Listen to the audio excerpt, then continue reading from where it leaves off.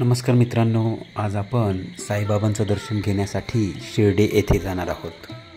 शहापूर येथून शिर्डी हे अंतर 175 किलोमीटर आहे आणि इगतपुरीवरून जाणारा हा रस्ता सुंदर धुक्याने भरलेला असतो.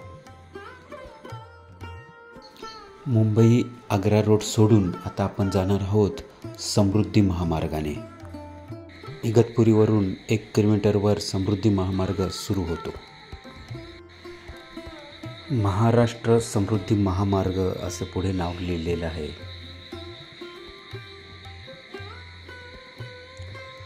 समृद्धी महामार्गावर प्रवेश घेण्यासाठी पुढे टोल नाका आहे.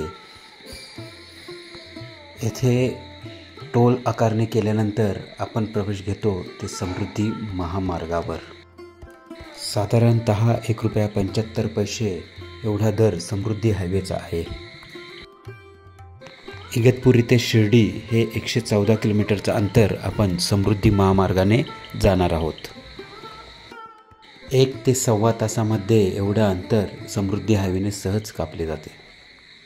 सकाळचे 8 वाजलेले आहेत आणि आपण पोचलेलो आहोत ते शिर्डी येथे. छानपैकी नाश्ता करून आपण नंतर बाबांचं दर्शन घेण्यासाठी जाणार आहोत. येथे या फलकांवर मंदिरांविषयी ऑफिशियल माहिती येथे देण्यात आलेली आहे. VIP दर्शनाविषयी माहिती या फलकावर लिहिलेली आहे. तसेच मोबाईल लॉकर्स आणि कॅमेरा लॉकर्सविषयी माहिती या फलकांवर दिलेली आहे. भक्त निवासाबाबत येथे माहिती दिलेली आहे. त्यानंतर पुढे गेल्यानंतर येथे लाडू प्रसादाचा काउंटर आपल्याला लागतो. येथे ₹10 लाडू अशा प्रकारे आपल्याला लाडू मिळतात.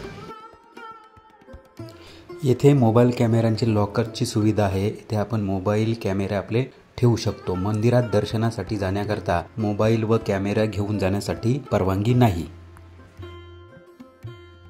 आपण लॉकर्स पाहिले, त्यानंतर लाडू प्रसाद काउंटर पाहिला. त्यानंतर आपण पुढे जाणार आहोत 6 नंबर, 7 नंबर आणि 8 नंबर गेटकडे. 6 नंबरचा जो गेट आहे तो VIP दर्शनासाठी आहे आणि 7 आणि 8 नंबरचा गेट हा रेग्युलर भक्तांच्या रांगेसाठी गेट आहे. ओम साईराम.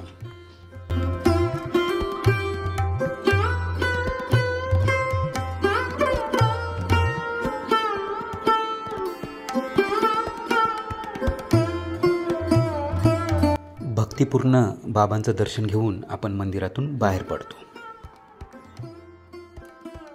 हे द्वारकामाईचं मंदिर आहे. येथे आपल्याला दर्शन घ्यायचं आहे आणि त्याला लागूनच पुढे चावडी आहे.